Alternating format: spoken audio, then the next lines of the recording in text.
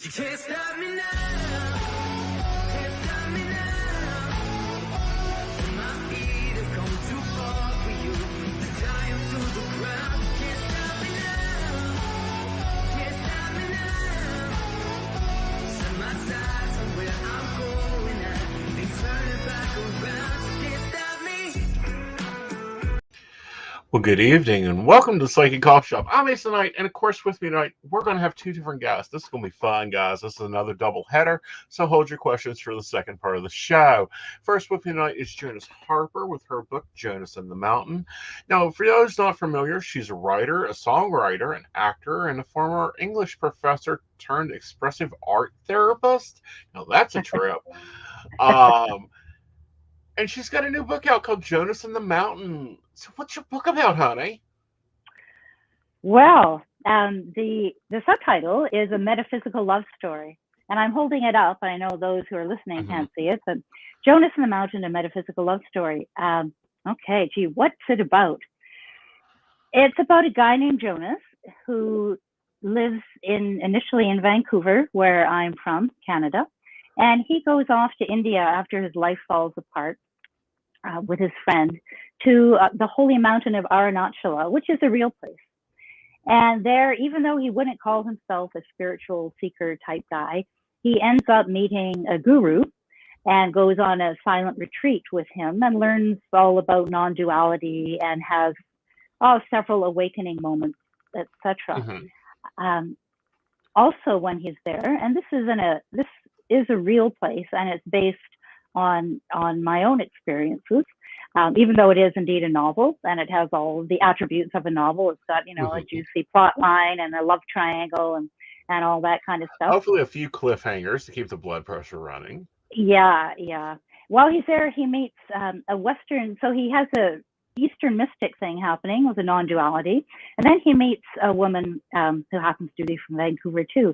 And you could call her a Western psychic. And Anamika has a system of metaphysics. Like, she knows a lot of stuff about all sorts of things, about the nature of reality, you could say. So he is consumed with seeing if these two ways to truth are compatible, if they can be reconciled. Like, you have the whole enlightenment thing. You have getting awakening into enlightenment. And how is that compatible with creating a reality and multiple cells and dimensions and all of that juicy kind of psychic metaphysical stuff? Can the two meet? Are there any intersections? So it's a philosophical, spiritual novel in that sense, is that it compares these two ways or paths to truth or philosophy. Also, in a very dualical world I view there. I mean, because, the psychic world in itself is being influenced by the Eastern philosophy for a long time now. I know when, I first come up with, still wet cards behind my ears, karma was just becoming a word. Now everybody's either blaming Mercury in retrograde or, that's just their karma. I think that's a new psychic's way of saying bless your heart. But how was writing this book? What was your process? Are you a long form writer where you just sit down and you write 5,000 words a day? Or are you more of a, I'll do this scene today and I'll do that scene tomorrow? Well, I have written all various genres. My other two books were in the field of creative nonfiction, and they were anthologies published in Canada. This book was published in the States. Not self-published, by the way. It's the old-fashioned way where you shop it around and a publisher picks it up. I'm also a singer-songwriter, and I have an album that's accessible online called Better This Way.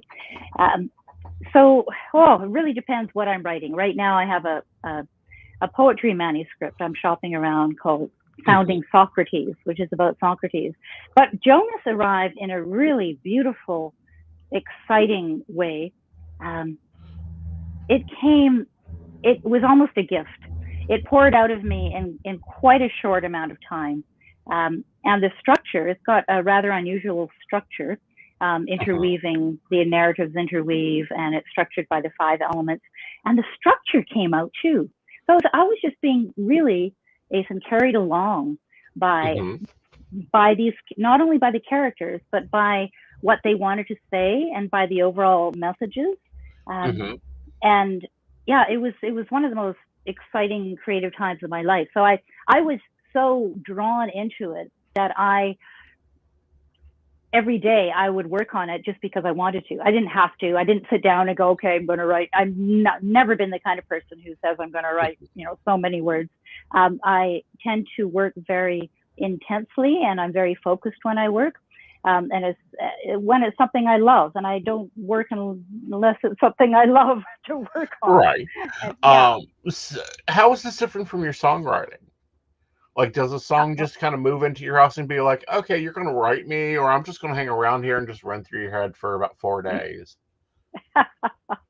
Actually, it's been quite a while since I've written a song. So I did it for a large part of my life. They kind of arrived as well. I was never the kind of songwriter where the words came first and then the melody came second. It had to come together. If the lyrics came and there was no melody, then I could work on that, and it would never form. And vice versa, if the music came without the words. So they arrived too. Boy, it sounds like I'm inspired all the time. And you probably are, because if we look at like a lot of successful ones, and I'll name a few like Dolly Parton and Waylon Jennings and some other musical artisans, who also do the writing. Like Dolly says she's got enough not CDs, but cassettes and notepads laying around that another artist could probably produce another full career off of them. Do you have the same just laying around? Yeah, I do. My album, I have two. I have an audio tape, but I have a full length CD, and that was hard to select the songs for that. So yeah, I've got lots of other, and I perform, or I did perform when here in Canada we were allowed to perform, and now that's coming back, thank goodness. Yeah, so it is coming back. How do you think the industry changed because of the panini? I love that, the panini. I haven't heard that before. That's great. I'll remember that one. Just a lot of musicians starved. And there's so many books that were launched during the panini, and no one got to do launches. And so now we're all kind of shooting for the spring, and I bet there's going to be also you have to really scramble to get a venue to launch a book at.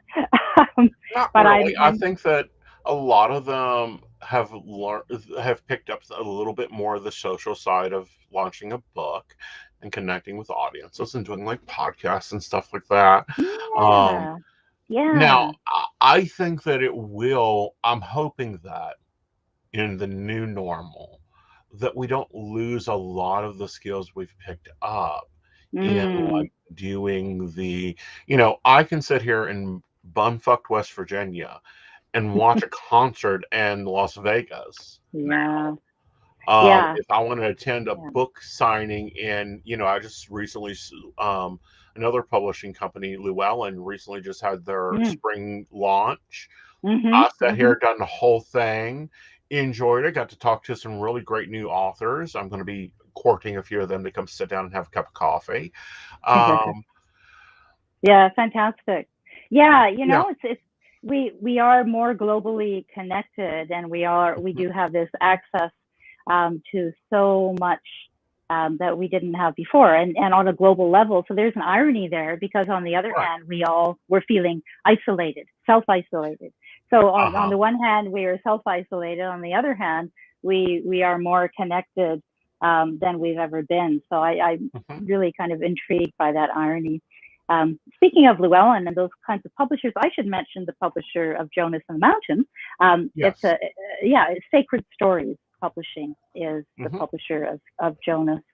Um, And they're fabulous. I mean, they do some really good publishing work. We've gotten some great authors on from them.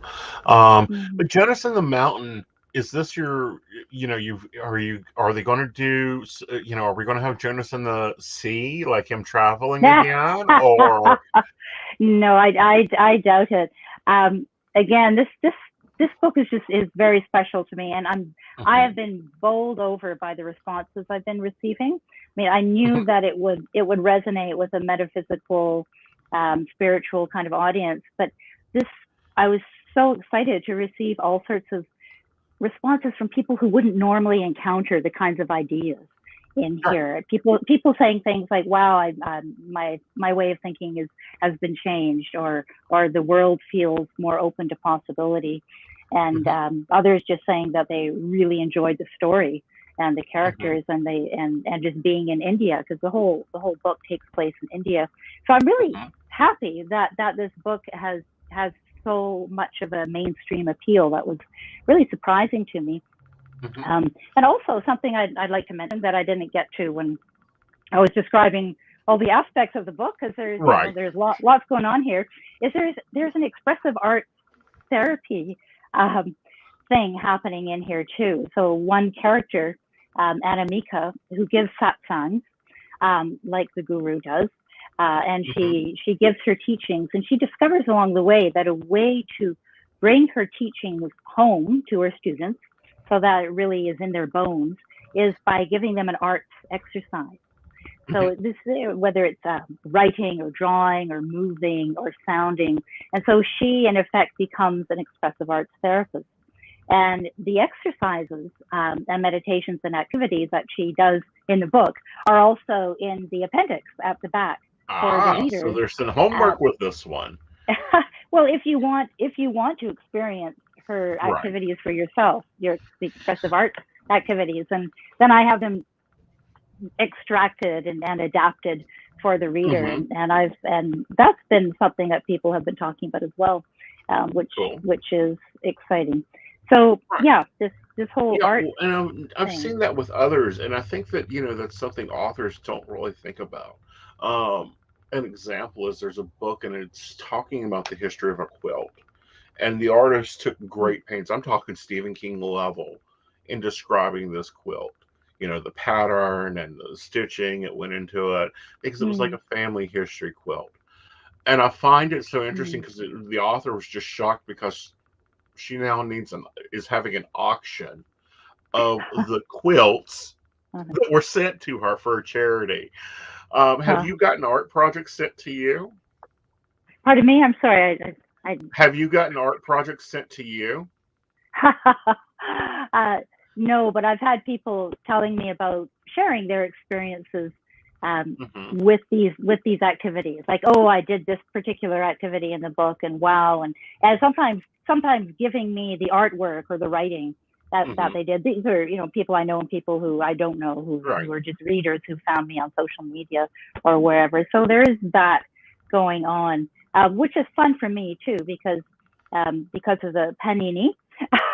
Hmm. I'm not practicing as an expressive arts therapist right now, so it's good to sort of feel that happening.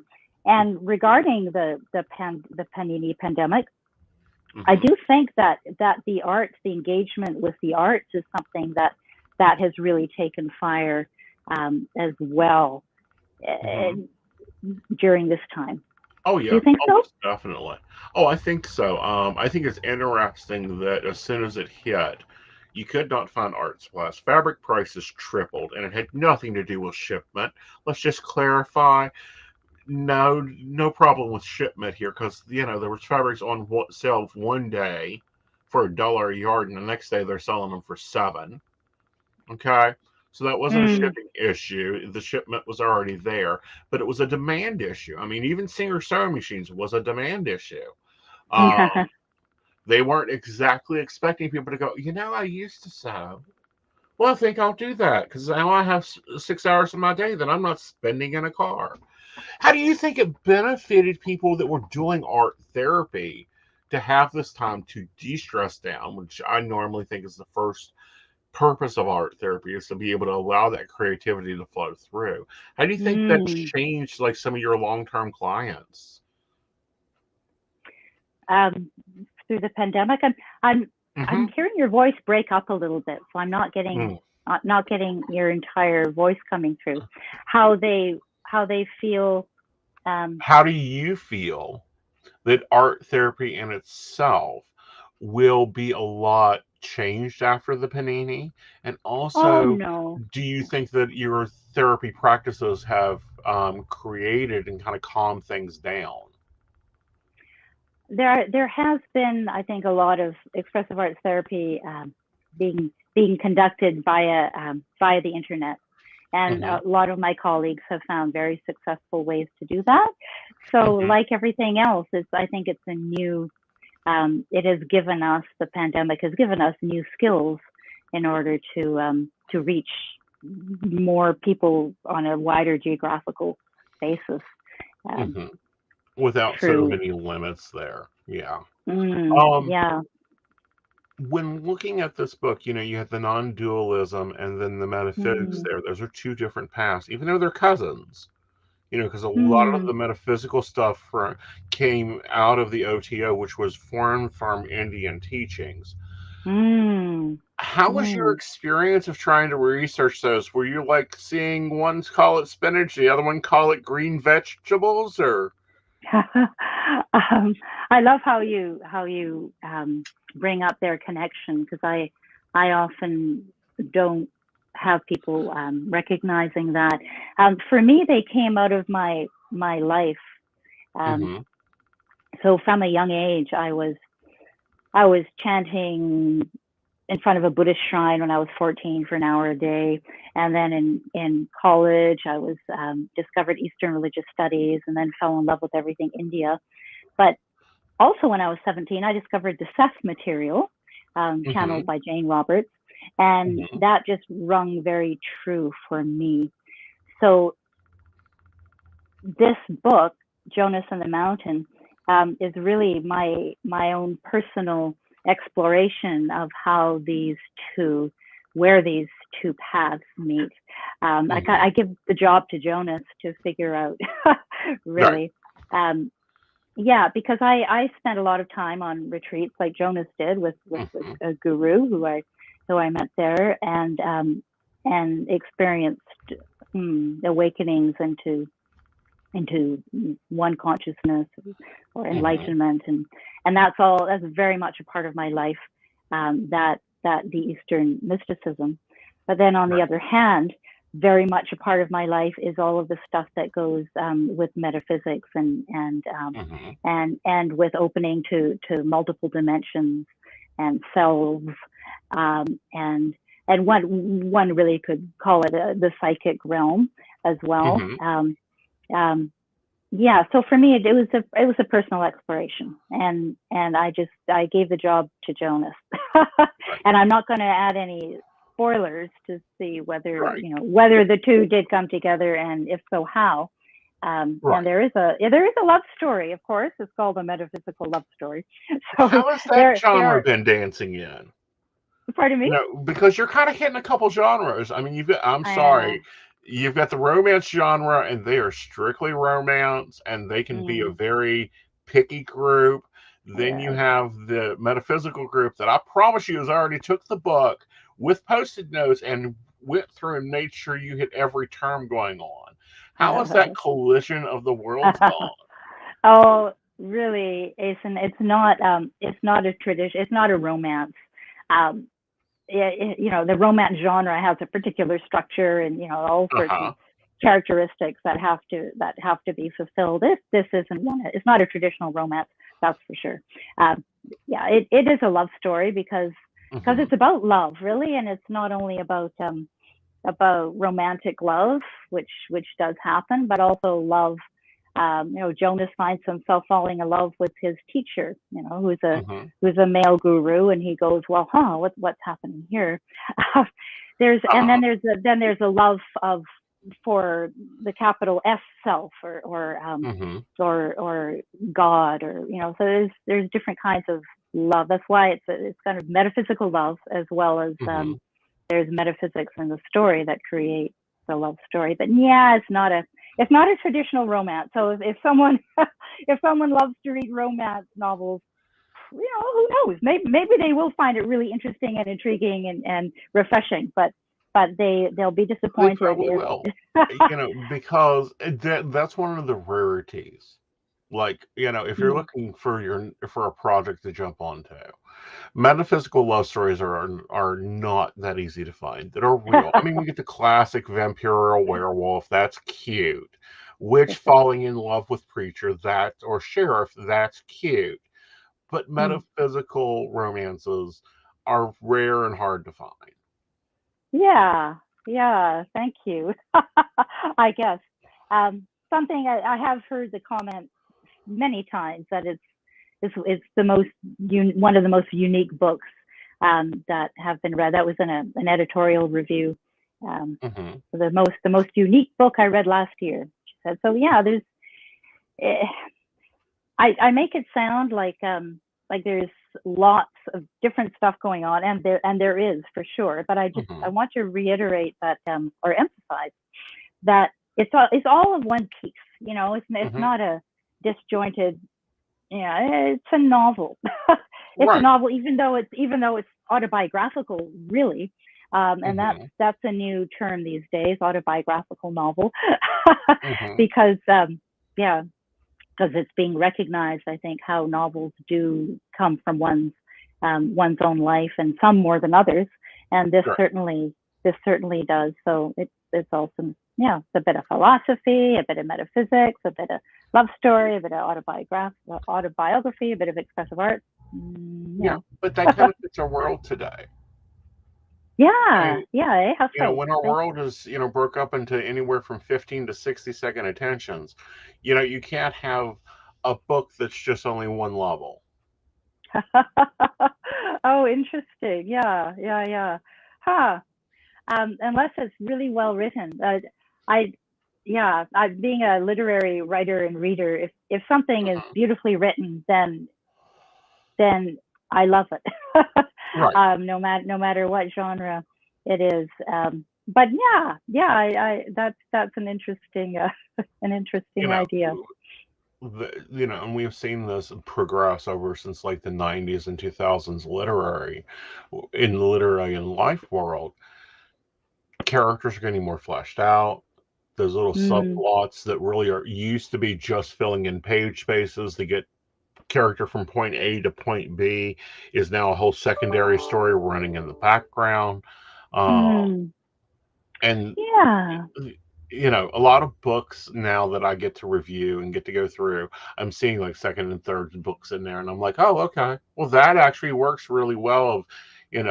She's got reading, so she has a balance of business and books, but she's going to go do this and go do that, and it kind of fits all into that twisting road that I once heard someone say a book can be, is a really twisting path to get to one point. Interesting. Yeah, and there is certainly a metafictional element in my book, in that there are places where we find out that Janis is writing the book. They're different, the meta. Also, apropos to what you just said, I have two appendices in this book. Again, there is the section on Anamika's exercises and meditations, and then there's also a subject guide to Anamika's talks. So, so this is something that readers. This is not really part of a story, right? Stories don't usually have this kind of this self-referencing going on. But readers have been quite interested in that. After they finish, when they're reading the book, they go, where was that when she was talking about the body and illness? And here I have the page number regarding her talk. So, and that's something that I've seen more recently as well in in what are called novels. There's certainly playing going on with that. Right. Just Oh like yeah. the quilt that you spoke of, the whole, Mhm. rather than getting completely lost in the story, Uh-huh. one can also look back into it or see how the story is a story. Yeah, Mhm. I appreciate it on different levels than just being Yeah. totally immersed in it. Yeah, Right. Instead of yeah. getting lost, and I think that's made the world that the author creates to be more richer, to be more denser, and really in that meta connectivity that goes on. So Mm. you're shopping a poetry book. You've got some writing going on. What else are you doing? Promoting the novel. Promoting the Which, novel? Okay. yeah, promoting the novel. I'm finding because my heart and soul is in this, and I'm just really. It was published October 20th, Mhm. 2021, and I'm just really just continuing to push it out. Right. Keep on pushing it out there, and that does take a lot of time, and also it's a creative endeavor because there's all sorts of ways to do it that one can just discover and make up, and yeah. So are And you I looking just at it going to Audible or listening? my publisher and I are talking about that. Being Good. an actor, I also have a podcast that's on YouTube and Apple and on the publisher's site, Hmm. wherein I read 10-minute excerpts from Jonas and the Mountain, and there's 8 Very cool. separate episodes, so anyone can just go and hear and get a little taste of that. And since I've done that, people have been inquiring about whether Mhm. I would do an Audible, and yeah, I certainly would love to. Yeah. Yeah, it would just So be. where can they listen to that at? They can hear that.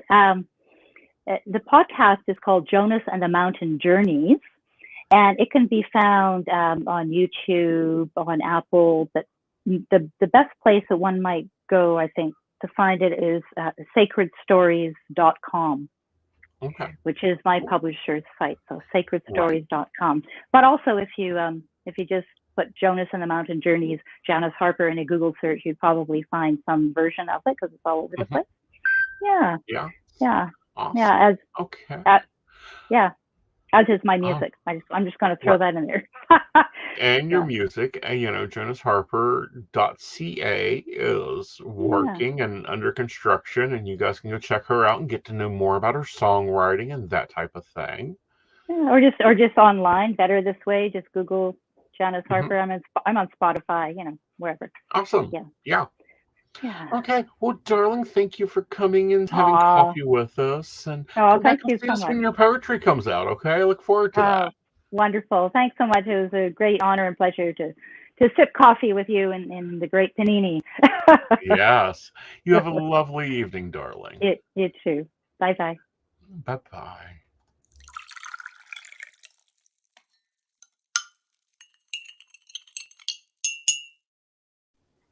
All right, guys. So up now is BlueNightt. Now, I've been wanting to get him to the table for a good bit. Hello, darlings. How are Hello. you? I'm well. How are you? Evil, as always. I got to maintain that Baltimore status. Yes. Yeah. So, how are you? How is drunken divination going? Oh goodness. It's going. It's going. It's rolling. It won't How did it stop. start out? Well, funny enough, so we were talking before the live started that, I'm originally from Ohio, Southern Ohio. Hmm. And I moved in 2017, I moved to Florida and decided that I would move back to Ohio to be closer to family and old friends. Hmm. And I thought, well, the winters aren't that bad. So I moved back to Ohio, and lo and behold, the panini started. And I caught the panini there for a time. That was not fun. And where I was living in Ohio, so I was staying in my grandmother's old place. And funny enough, my ancestors, as I call them, had owned the land generations beforehand. And I thought, they knew something because it was right up against a foothill, and you can't get cable or internet there to this day. So I had to take kind of an unwillful step away from my YouTube channel. And I thought, when I come back, I'm going to do something fun. I'm going to do something really cool, and it's going to be live. And I don't know what it is, but I'm going to do it. And during the Panini, I decided that I would put some time towards picking up tarot. And I decided I would work that in to a project. And so Drunken Divinations was born. I asked my good friend Mark of many years, I said, hey, what do you think about doing a live stream with me where we do free readings and we just, get sloshed and have a good time with the people in the chat? And he said, sounds good to me. I'm good. So thus it was born. Very cool. And, it's a different flavored show. I'm going to be on next month, guys. Be warned, we are researching alcohols for Aeson to have so he can have some fun. I don't know if you've heard, but Aeson has developed this weird thing with alcohol as it's become water to him after so many years of not drinking. It's like, where was this in my 20s when I was getting handed shots? Right. So let's talk about the format you guys have built. So the format. So basically, we go live and we have a nice little. Our first thing is we try and remember to do a nice little debrief at the beginning of the show where we explain, hey, we are not professional readers by any means. At least I am not. I don't take that responsibility. Yeah. And we do have a tipping service through Cash App, which hopefully one day will change, but right now we use Cash App. It's the most readily available to everybody. And so the readings are free. All somebody has to do during a live is type in their question or that they want a general reading in all caps. So that way my assistant, aka partner, can keep track of our questions for us and our readings. And the tip system is for shots. So if the chat thinks we're being a little too boring or not as entertaining as we normally are, they can tip us so we can do a shot per tip and have a little more fun. Have a little more fun. I'm glad you cleared that up because, Cash App is, of course, owned by Square, who has been very discriminational towards the occultic community. Yeah. Like, they clearly stated, like, I've made a meme that goes up every time someone brings up, well, I do Cash App for readings. I'm like, no, you don't. No, you do not. Yeah, and no, the Cash App. So YouTube is very specific at who can accept tips or donations. So when I first decided to do the segment on my YouTube channel, I thought I would be able to use YouTube. And I was thinking, okay, we'll have one pot, because there's several things that I really don't like about Cash App, aside from the fact that they're turd heads, right? Okay. It's also the fact that I feel like people kind of feel pressured. Usually we have guests, like you're going to be a guest.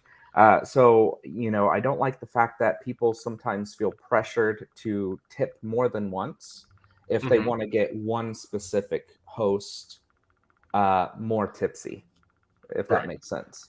I like that they can discriminate towards the host that they want to get the tip, because sometimes you get hosts, Mark, who like to say they're not as tipsy as they really are. So you like to put the money where their mouth, So but put the beer bottle where the candle is. Exactly. So I like that aspect of it, but I don't like, on the other hand, viewers might feel that they have to tip everybody rather than just one person. So that's not as fun. But we try and make it work the best we can. We've just gotten used to, if one person gets a tip, we remember to check and make sure that that everybody else is safe. Yeah. Right. But no, you don't do. I like it that you do shots for tips. That's a real drawback to the old club days. when drag queens would get shots for tips. I'm enjoying that aspect. Now, Yes. you also have merch. Oh yes, all the merch. Yeah. Yeah, and that's so there's some projects that we have in the woodworks. Projects, I'm like, this is the busiest I've been with any of my internet presence. So I have so many pots that I just keep throwing my time into. But yeah, the merch. The merch is there, and it's due to grow. But it's going to take some time. But there's some juicy things that Mark and I are working on to bring forth out of our time with Drunken Divination. So hopefully that becomes a nice thing. Right. A nice And little. who do you do merch with? Like, Me. do you do a company, or you're doing the hand printing and all that? No. So I don't print. I did the print to start with, and that's not fun. That's not a fun thing. So I started out. All of our merch is print on demand. I started out early on before Drunken Divinations. I started out with Printful.com. And they're really great, but they're a little pricey. And they do have what's the word I'm looking for? When you sew images in. Embroidery. Embroidery. Thank you. I knew it started with an E. Words. English is hard. They do have embroidery options, so I still use them for some products. But now I use Printify, and they're a pretty decently priced print-on-demand service. There's another service that I use that I just can't remember right now, unfortunately, that I use for my taller, larger sizes, because I try and make things available to everybody of every size. So yeah. That's what I use. Oh, I was watching your tag video earlier, and you were talking about how your practice has changed. How has your practice really changed since the move up to Southern Ohio, back to Florida? I was like, so dude, just get 2 houses. Right? I wish. So as far as for me, my surroundings take a huge part in my practice, and that's partially because of the spirits that surround me, I guess. Like, a lot of my practice, whether I like it or not, has to do with a lot of spiritual, like working with spirit. And at first, the first time I moved to Florida, it was very much a culture shock. It's kind of like if you move from a small town to a really big city. And in the small town that you grew up in, everybody waved and said hi every morning as you walked by. And in the big city, nobody gets a darn hooting who you are or what you're doing. They just don't want to deal with you. Kind of like that. Definitely some, I would even go as far as to say some spiritual attack that I was not used to where I was living in Florida. And then after I kind of went back home, got a little closer back to my roots, and came back, I came a little bit more prepared, I think. My protective practice has definitely changed, but also I've become less reliant on what I would call deity work. So my practice has become much more, I would say, secular in a sense. And a lot more focused on self and self-empowerment and the empowerment of those around me, I guess. So when did you start practicing? Oh, girl, listen. I like to tell people I started practicing way too young. I was a child that was getting into things that a child should not be getting into. Well, honey, I was like telling people who was calling on the phone at like 8 and 83, and I shouldn't have been doing that. But I should have waited for at least AT&T to give me a copyright. But Because I find that I can look at like someone when someone started practicing and go, okay, now I see where you're at in your development, because there Mm, was buzz things that were really big and then they kind of died out. And our community in itself is morphing, because when I came up, it was coven and bust. You were either hmm coven or you were not. Right. And And nowadays it's very different. right. So if I were to look back on my time now growing up and some of the things that I consider practice that other people, so things that I consider practice as far as everyday practice, I've been Hmm. doing most of my life, whether that be just Hmm. lighting a candle and saying a prayer or what have you. Hmm. But as far as figuring out that witchcraft is a thing Hmm. and not just part of my imagination and that I wasn't crazy since I was 12, 13-ish. Hmm. So 2004-ish, Hmm. I Okay. think, was when an actual practice, what the Started. community would consider a practice, started forming. Well, it depends on the community. Right. Um, and that is so much like, can we stop some of this stuff? Yeah. Yeah. Labels, Like, you know. can we just stop this? Because we have, I call them neophytes. People call them fluffy bunnies. It's the ones that are just figuring out, thinking, yeah, witchcraft is a thing, and yeah, I will hex your ass. Um, Yeah.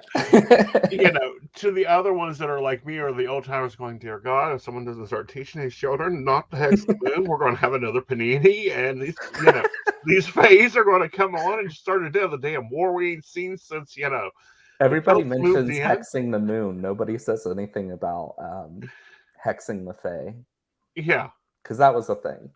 it was a thing, and all the fae. What I found interesting was I don't care what age or what stage Fey workers were. They all were like, "Are you fucking nuts? Do you know what will happen?" Yeah. Yeah.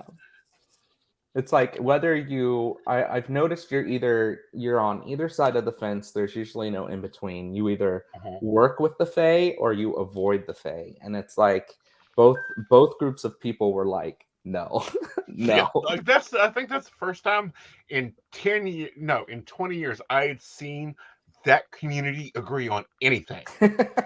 Yeah. Yeah. Yeah, Yeah. and I'm just like sitting back here, child of Morgon, going, "Oh yeah, this will be cute." Someone hand them another beer. Mm-hmm. Mm-hmm.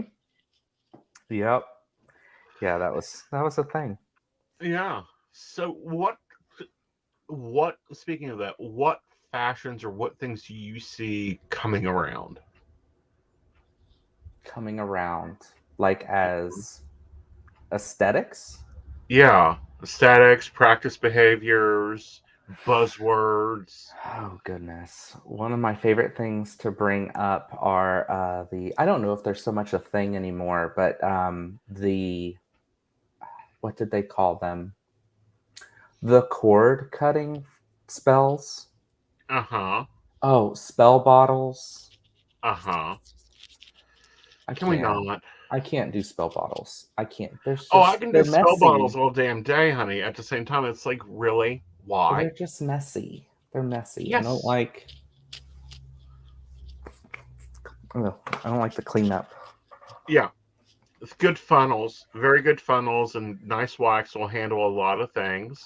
But at the same time, I see this example, the or late '90s, early 2000 golf witches.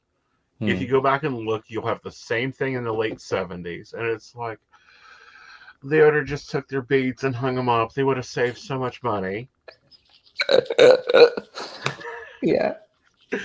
The cord cutting spells and the voodoo spells. It's like, oh please, Hmm. you Hmm. cannot go to anybody that's real voodoo and go, here's $35. Can you make him come back for me?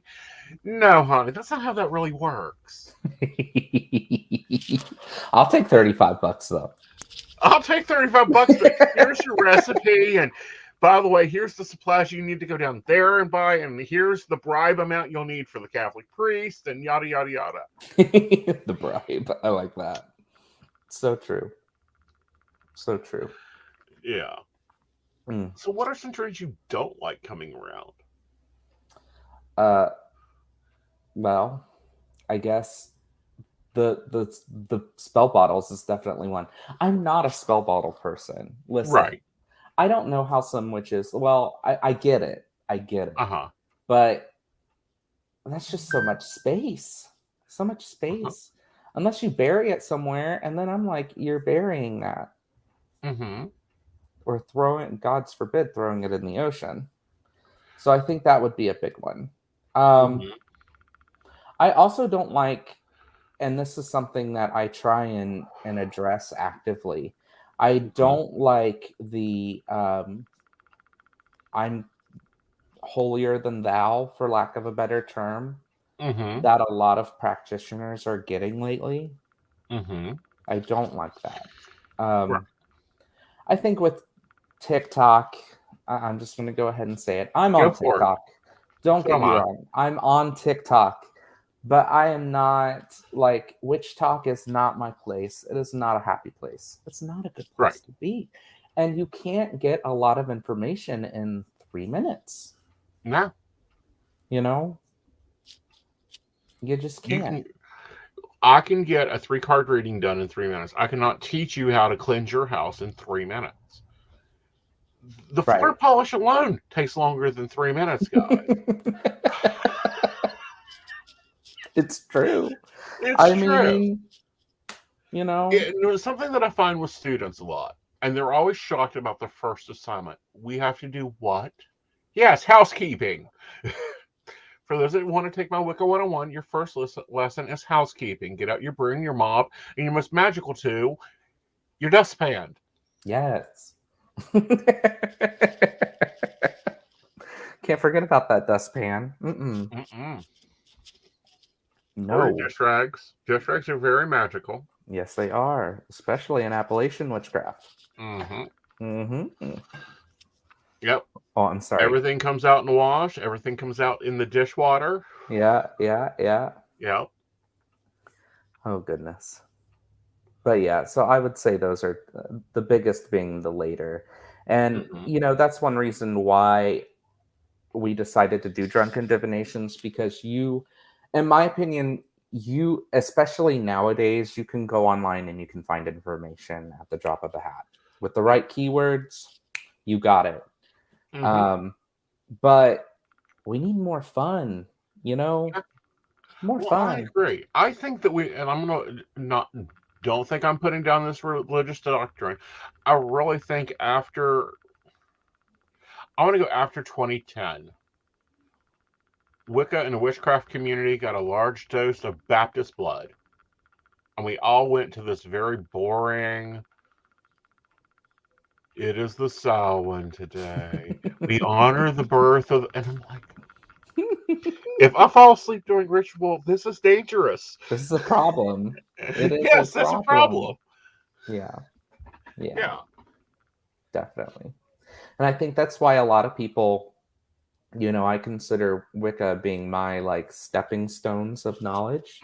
Like it's very much still a part of my practice, but I think that's why a lot of people are kind of moving away from it, getting a little more secular, you know, a little less like you have to do things this way, because it's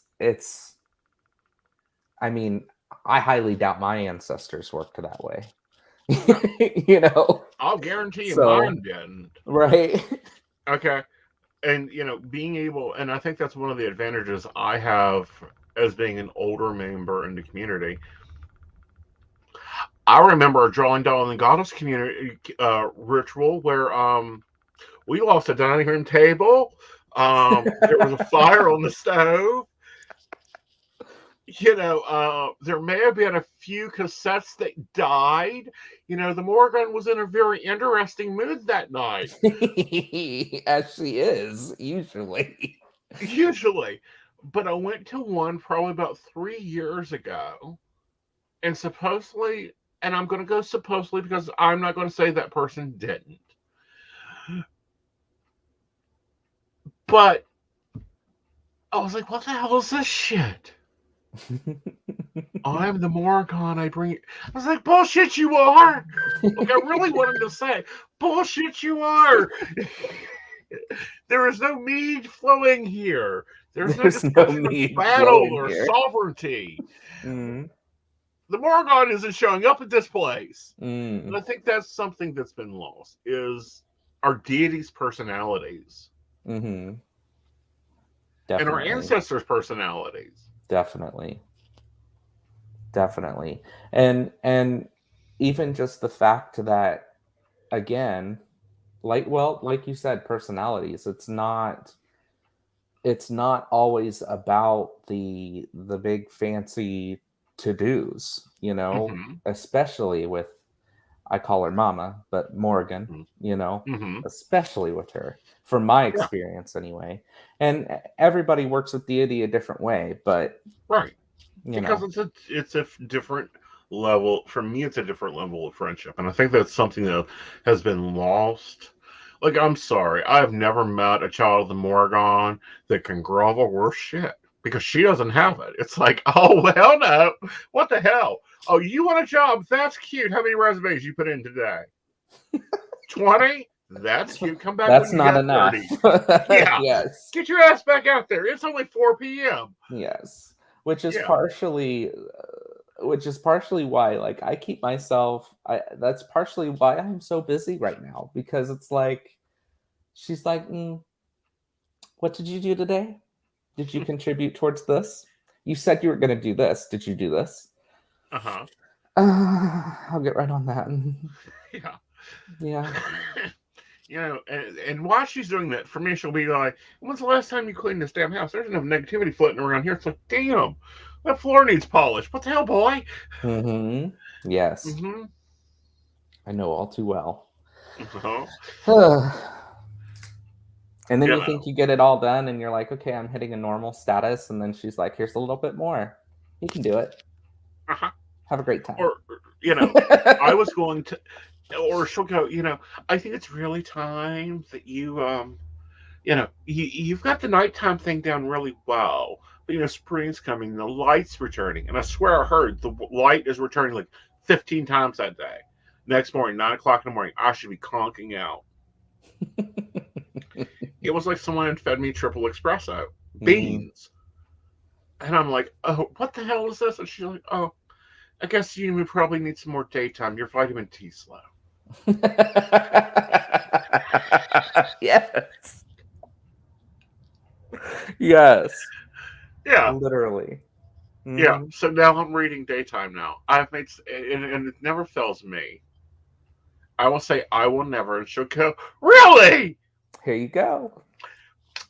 Asked that they shall be delivered. You just don't say that anymore. You got to get on this level. You just don't say it anymore. Avoid it at all costs. Yeah. It's like, before I started a year in a day program, I'm like, oh, I don't think I could do a year in a day. I've now done 3. We've developed a year in a day 102, and I'm getting ready to start what I'm calling the collective, which is kind of like a coven, but not a coven. It is, I'm teaching classes, you show up. You're going to learn your own you're going to go through your own decisions, and then you're going to move forward with that. There you and go. You'll come back when you're ready for something new. But so it's like, don't tell her you're not going to do something, because I promise you, if you're a child of Morgon, by golly, you'll be doing it. You'll do it. Yes, you will. It's kind of like you saying, oh, I'm not a professional reader. I heard that. Hey. Oh, don't give her ideas. I don't have to, honey. She already has it planned out. Jeez. Oh. I was doing the day job today, and I was like, I'm sitting here. I had IT issues. And I was like, I could be doing something. And she's like, get your cards. Okay. So I was just flipping cards, just looking at them, just, And how many people lined up for a reading? What? I said, how many people lined up for a reading? Oh no. Well, I work from home, so it was just me. Oh, Yeah, it was just me. It was just for lucky you. it was just for my knowledge and my just studying it, and yeah. Mhm. But I need you to help me with explaining a concept to Mama. Vacation. yeah, it doesn't exist. That doesn't exist. I've told this story a few times on there. I'll tell it to you. So I have a very hard time getting a vacation. So I booked this lovely retreat. I'm going to go on a retreat. We're going to Hocking Hills, Ohio. Rented a Love beautiful Hocking Hills. cabin, hot tub, pool, a full week, no cell phone, no internet, Mm-hmm. out of office message set, away messages set. Great. I'm not going to, yes, there's a deck in the car because I don't leave anywhere without a tarot deck. Got that. But there's no reason for me to have clients. I'll No tell you though, appointments if you booked. wanted to get away from her, that's one of the worst places to go. Well, thanks for letting me know because I show up. And of course, we've ordered firewood, so the firewood gets delivered. Oh, you're that reader. Can I get a reading? Do you have cash? Because I didn't bring my credit card machine. Yes, I have cash. Of course. People come. I hear you give readings. I need a reading. Mm-hmm. The whole weekend. There you go. Next time I'm going to a gay campground, forget this. And I'm gonna, even if I bring the deck, you're not gonna say you got the deck. You're gonna be like, oh darn, I left it at home. Uh-huh. Yeah. Yeah. So while I was in Ohio, I'm a very big beach goer. I love the beach, love the ocean, love the Gulf.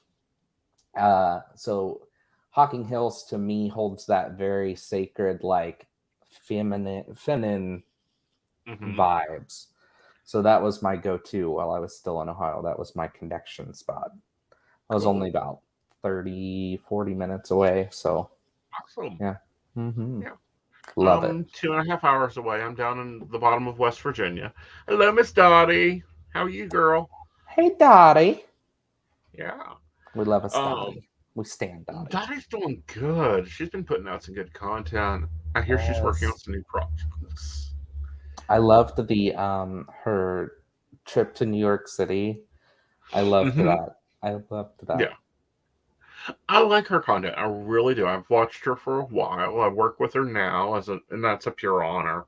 I can't wait for her New Orleans video. Oh yes. Hint. Yeah. Good evening, Ellen Dador. Nightingale. There we go. Good evening, Nightingale. We'll go with that one. Oh, Are those on YouTube? Is that where you're seeing people's? Yes. See, I thought people would be on Facebook. So they're ever on YouTube most of the time. That's the one we've put out link-wise. Gotcha. And Brenda says, can't wait to see when she gets it out. Me either. I should have gave her a shopping list, but she's traveling during a panini. And I'm like, all right, I ain't giving you a shopping list this time.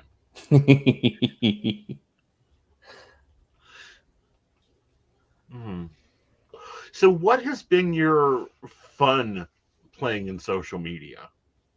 My fun playing in social media. I consider myself a visual artist.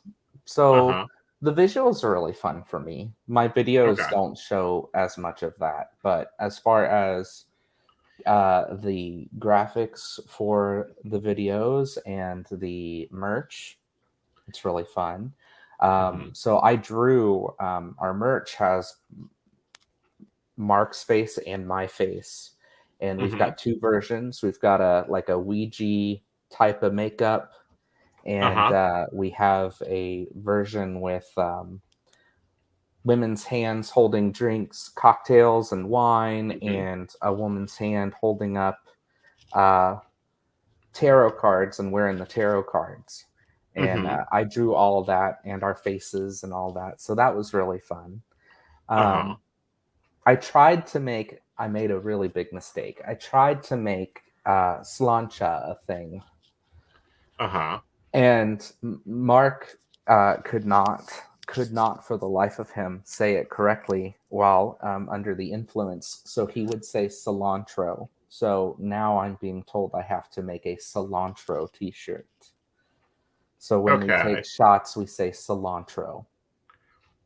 It's gone so far that we now have a signature drink with cilantro in it.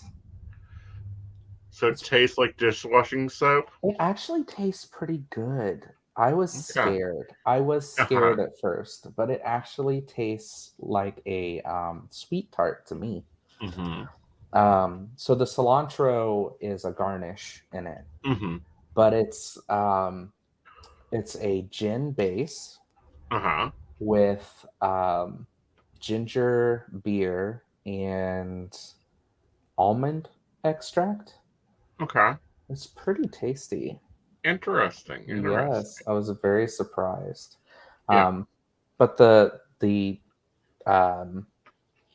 recipe for that is on the Drunken Divinations Instagram and Facebook and stuff. So if you're interested in trying it, yes, we will look into it. It's pretty good. How does alcohol affect your practices? So alcohol is a major offering for me. So it's been a part of my practice for quite some time. A lot of people may think that because I do Drunken Divinations, that I would regularly partake. And I actually do not partake normally. Actually, if I try and read cards without a lot of stuff going on while I'm drunk, I will almost certainly get sick. So there's that. And meditating while under the influence, absolutely not. And I don't know how anybody could do that because I am a water sign. And so being grounded is difficult. I have tools to stay grounded. So yes, while under the influence, there's just no way. There's just no way. There's no way. No. But see, and that's like I don't know. It's going to be fun on the show, and I've drunk and I've done it two ways. One is not drinking at all, drinking Pepsi that night, but reading at a drunken party. I'll get sloshed. Like the first year I done it, I was like, crap. Call me a cab. Second year I had a driver. And then I don't know what's going to happen, guys. I'll be sure to Patreons and everyone knows when I'm going to be on. Come and check it out because I don't know what's going to happen. The last time I drank, I didn't get drunk. I was very disappointed. But we'll see what happens. I'm sure with our viewers, you'll probably get at least a little buzzed. I'm sure you'll feel something before the end. Yeah. We normally do. Yeah. Because the last time I killed a bottle of vodka, a bottle of peach wine, 3 or 4 well-made drinks of gin. And at 7:00 in the morning, I was like, I think I could log into work because this is not doing nothing for me. See, my problem is that I feel like I just process it too fast. So I'll drink and I'm going to be honest, I'm not drinking coffee. This was water because if I have any type of sugar or anything, I'm up. I'm a night owl, so I'm up. And Drunken Divinations, that's why we're so limited on our nights as well. One, because Mark works on weekends, but also because it has to be on weekends for me because if I drink that night, I don't go to bed. Right. At all. So yeah, it's like, okay, so make an extra long to-do list that night. Yeah. Yeah. Those things that, keep me busy. A great night to update the website. So what's the store? The store. So that's that was started by me some time ago. So Drunken Divinations merch is there, but Uh-huh. also my brand is there, Uh-huh. which is Cunning Owl Creations. Mhm. And there are some dropship items that are just like tarot cards, books, literature that you can find if anybody would be interested in it. But I also make my own brand of Mhm. candles Mhm. and apparel. My biggest seller is so far are the books of shadows and grimoires that I make by Okay. hand. So those are extra fun. So tell us about making them by hand. Are they blank books? Are Mhm. they stitched? Do you They're macrame? What do you do? They are not stitched. Actually, I have one if you'd like me. I can grab it real Sure. quick. Okay. Yeah. Give me just a second. Let me pop him down. All right, he's grabbing that so we can look at some of these products, guys. I'm looking forward to being on the show. If you guys have questions, of course, we do take questions. You must include your birthday to keep the lawyers happy, and I prefer specific questions. General readings take me a while. All right. Oh, oh, oh. Okay. So this is going to be my personal book, Uh but huh. I do flip throughs of it, so this one I don't mind Right. sharing. But this is basically what I make. Oh, So cool. yeah, and they're not stitched. They're actually post bound. Okay. So you can, if you can see the Change it out screws. and add to it. Yep. And Cool. I aged the pages and everything, and it looks like Hmm. a traditionally stitched book. Very cool. Thank you. Um, but they're completely custom, so I do any colors, any designs. I've done um, custom symbol designs. I've Hmm. meshed the triquetra with a wolf face before, and Ooh, done that all. must have been fun. That one was really fun, and it was like a blood red um, Uh huh. pleather. I call it it's Ooh. fake. It's all Yeah, fake leather. it's plastic. And I do that for I do that for two reasons.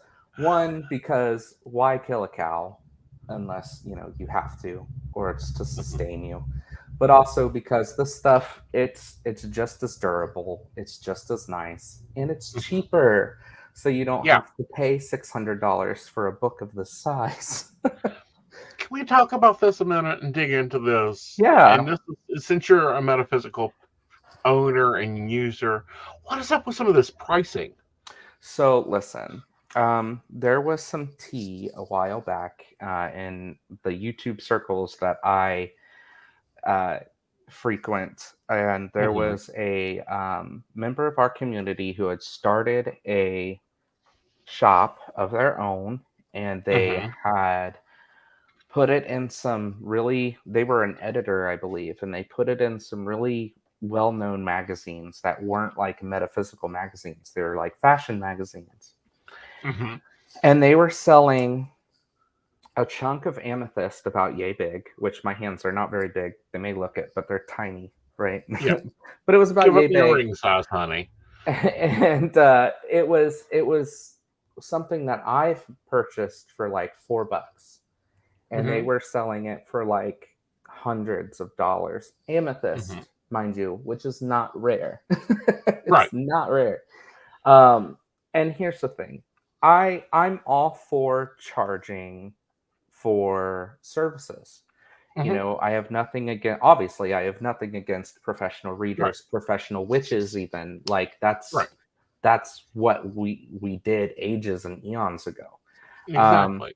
but do it at a reasonable price, Right. because if somebody's gonna come to me and they're gonna say, I was gonna have so and so who's a really famous witch or psychic do this, but they wanted X amount of money and it was something completely unreasonable. I'd just as easily give them Azure Green's website address and tell them, get a book, Yeah. do some reading, you'll save a lot of money. Well, right. And, this is okay. I'm at the same endpoint as you are. Because, yes, you pay for services. Mhm. I charge for services depending on where you go. I charge either a lot or a good bit. But, when we break it down, I really don't make that much. You do the same. But some of these stone prices, and I'm like, it's not even amethyst, it's dyed soapstone and dialed crystal stone. And I'm like, Yeah. $20? This isn't even a half a cube. I mean, where's the rest of it? I'm Right. not buying the bag. This is a nice sample. Where's the Yeah. where's the product? Yeah. I Yeah. don't need the salesman's sampler. I need the real, like, the big one. Especially if Yes. I go to Five Below and I can get the big amethyst Mhm. for $5. Come Right. on now. Exactly. Or selenite. Drives me Selenite. insane. Stick a light fixture in it and it's suddenly a $40 item. It's true. It's true, but don't get it wet. No, and don't have like a humidifier if you have a cold, because it Mhm. will dissolve people. Yes. Yes. Yes. Yeah. Yeah. I completely understand. I'm on the same page. Uh-huh. So I live close to St. Pete, and in St. Pete downtown, there are several different new age shops, Mhm. and crystals being a hot commodity, and it is crazy.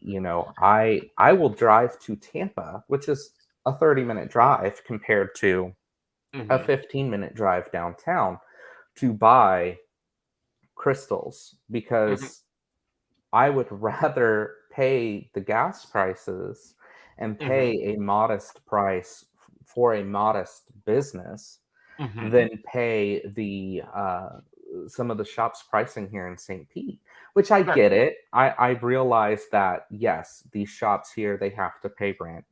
They do have to, and rent is going to be more expensive because of the particular areas that they're in.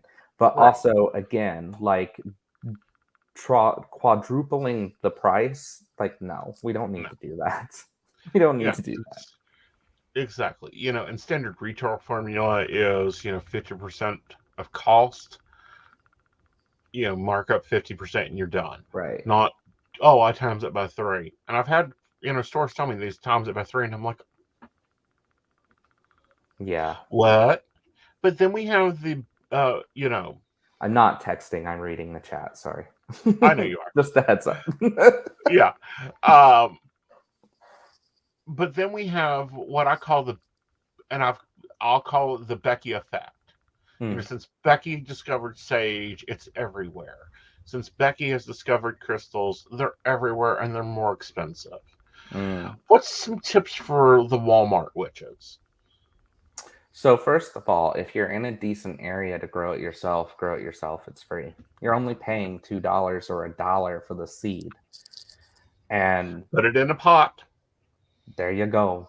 Put it in Put a it pot. in a pot, because I promise you, sage will take over your yard. Catnip will take over your yard. Yes. Yeah. Well, I haven't been lucky enough for sage to take over my yard, but catnip and mint definitely. Also, look into, if you grow it yourself, great. But Walmart witches, Target witches, go and get the powdered sage in the grocery store. It's the same thing. It's the same thing. It is. And it burns better. I'm sorry, It really does. It really It's does. already ground up, so I don't have to get out the coffee grinder. I don't Mhm. have to get out the mortar and pestle if I'm wanting to be a little extra. Mhm. Save Mhm. yourself some work here. Yeah. There's a reason Walmart There's witches nothing do wrong that. with that. There's absolutely nothing wrong with that. Call me Yeah. a chaos witch. No, I'm just kidding. I'm really not. But Yeah. but I mean, and you can even go as far, like, everybody's like, sage. Why sage? There's so many other things you could use. Lavender, rosemary.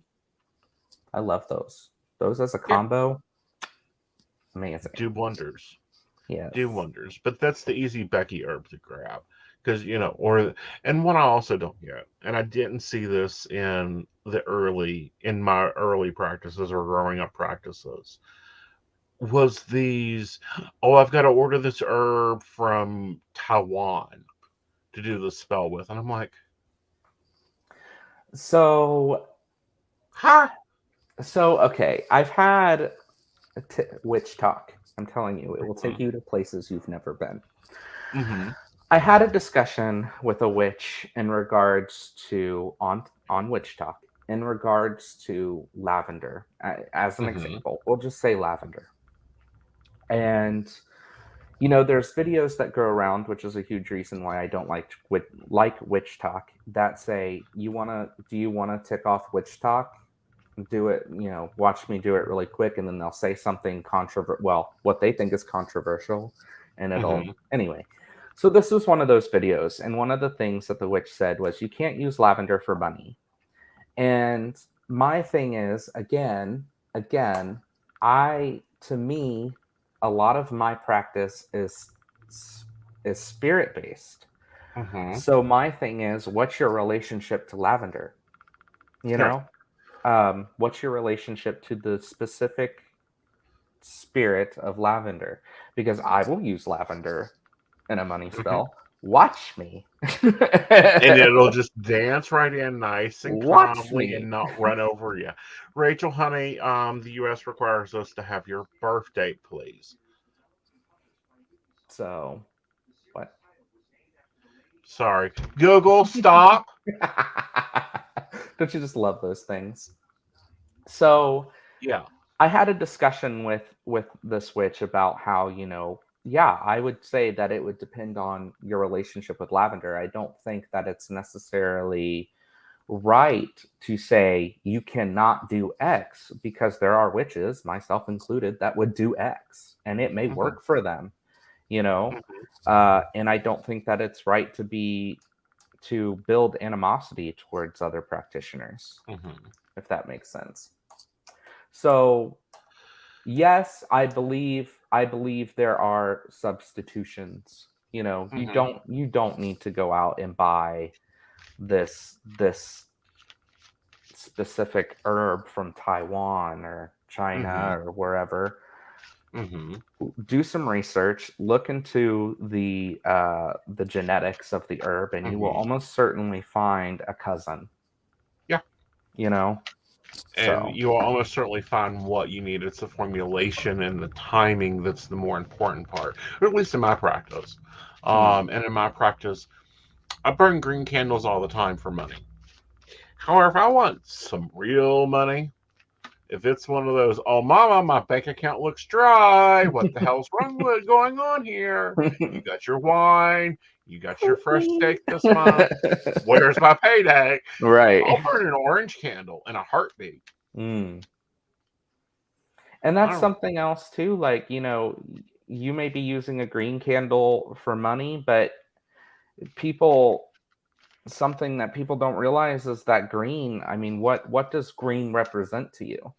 Is it the color of money? Because more than likely, the universe, deity, they don't, that concept doesn't, it only goes so far.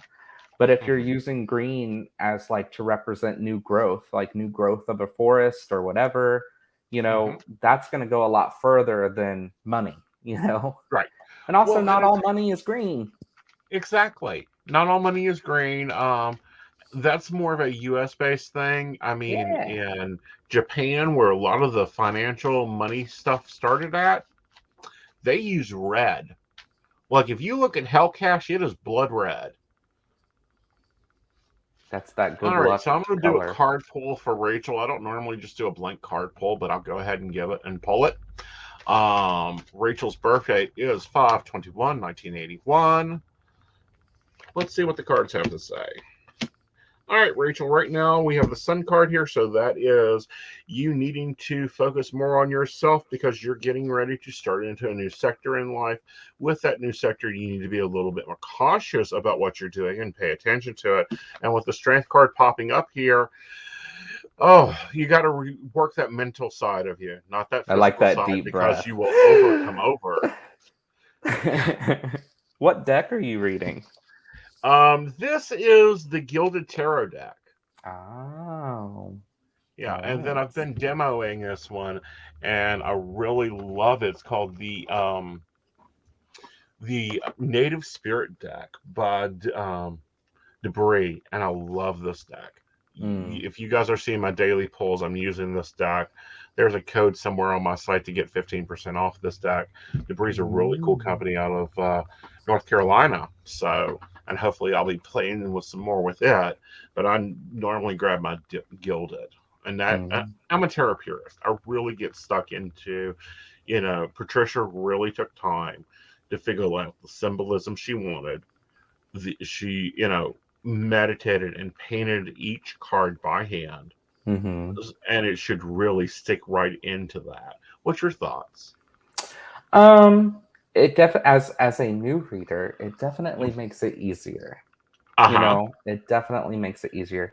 Right now, I have 2 1/4 decks. So I have my 2 go-tos are the Rider-Waite, but it's the Radiant that I got, and I'm actually defacing this deck. Don't judge me, but I'm defacing.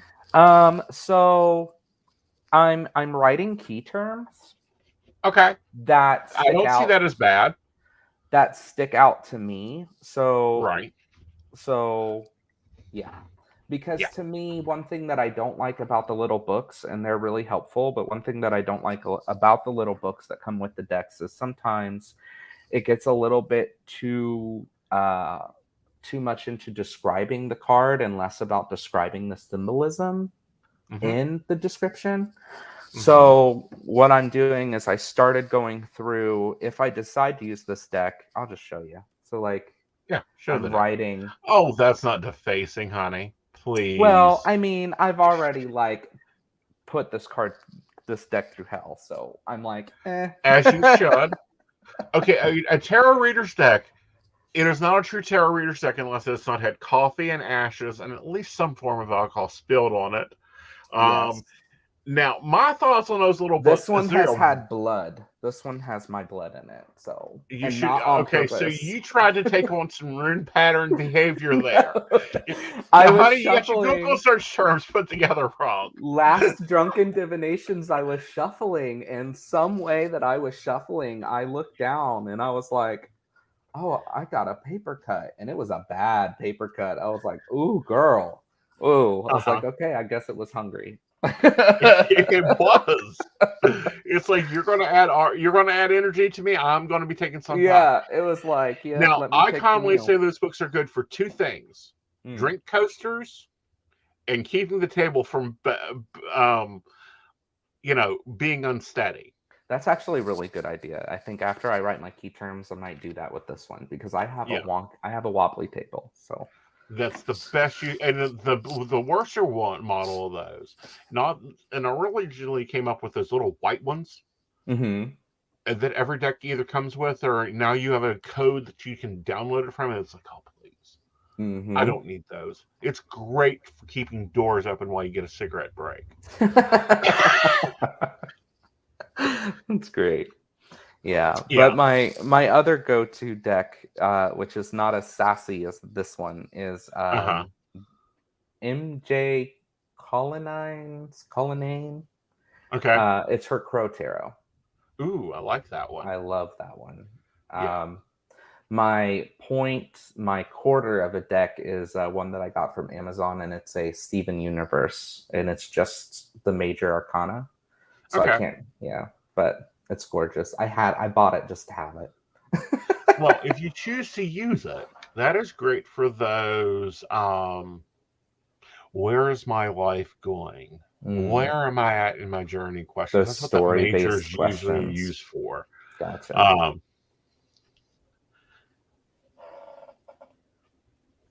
Yeah. I guess BlueNightt's deck needed a blood offering. Yeah.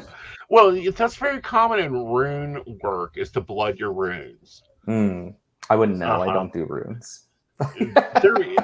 I know them, and I technically can proficiently read them. But most people don't want me reading the runes. I'll be really blunt. No, you don't. No, you don't. No, no, no, no, no, you don't. Because runes cut, and they cut to like. Mm. Yeah, my Mhm. friend Brianna, she's been on Drunken Divinations a couple of times, and she's not a card person. She's more for runes. So that's what she's currently looking into and studying right now. I'm like, you go, girl, you do it. Yeah, But go for it. not Have fun with not it. for me. Read them, cut them, bleed them, rock with it. Right.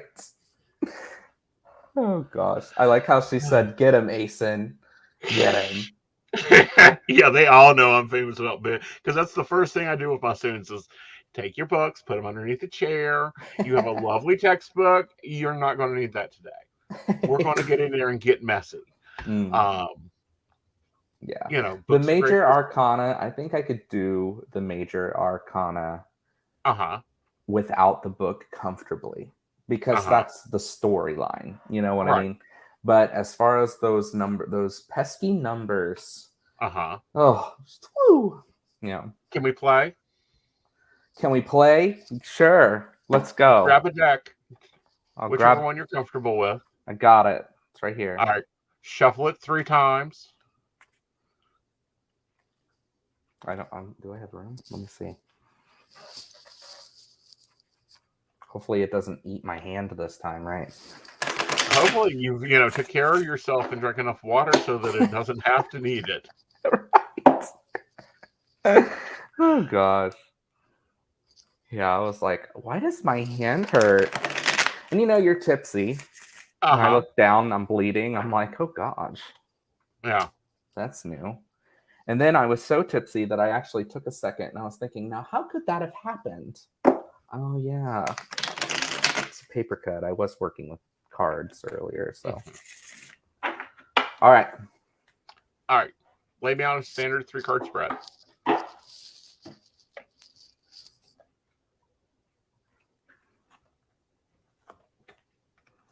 Should I flip them over?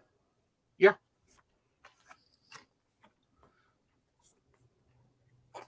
Ooh. I got King of Cups reversed. Do you do reversals?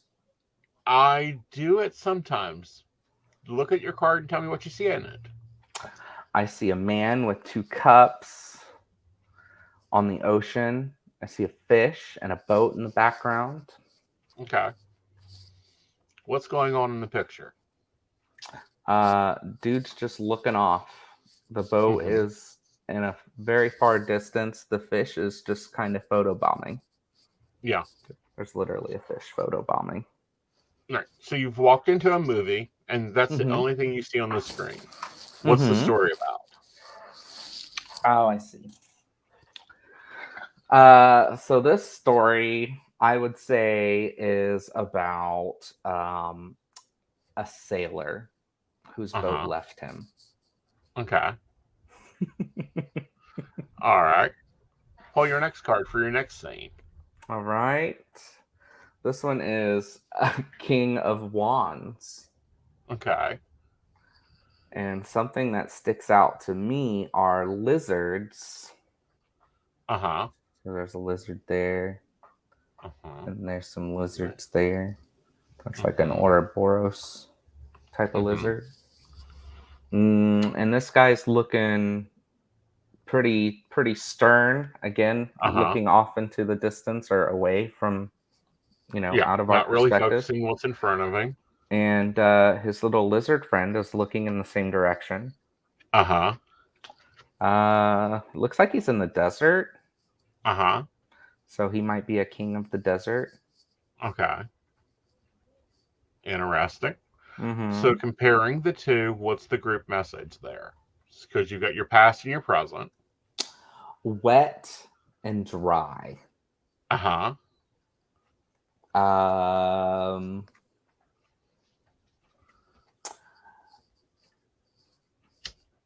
With this guy being in reverse, so they're looking in the same direction.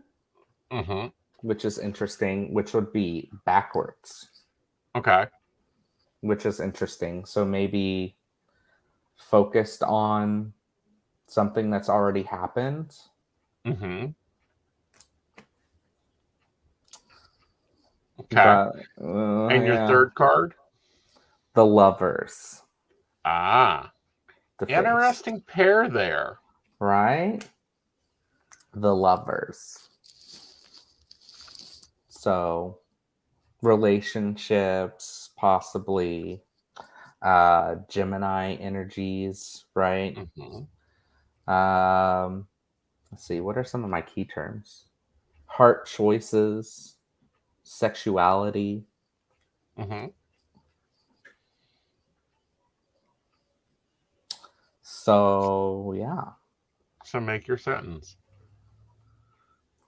Past Mm-hmm. relationships. Mm-hmm. Of That's all I got. opposites. Of opposites. That's a good point. That's a good point. You know, because your key points there was one's wet, one's dry. Very true. Very Both true. looking into the past, looking at how things are, you know, but also looking at their influences. Mm-hmm. Mm-hmm. And also lizards and fish. Yeah.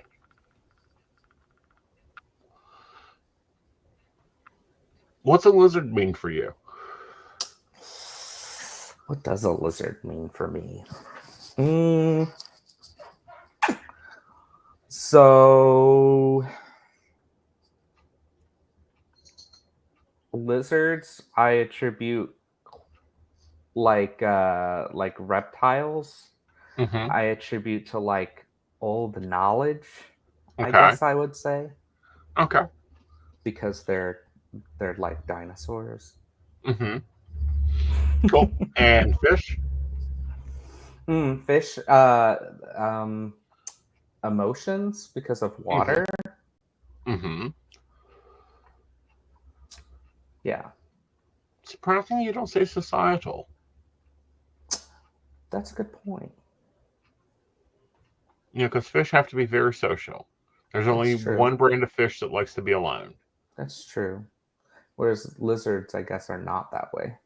No, they're very much like, leave me alone, go away. Oh, it's that time of the year. Cute. Come here, baby. Get the hell out of here. That's true. That's true. Mm-hmm. I'd rather eat a fish than a lizard.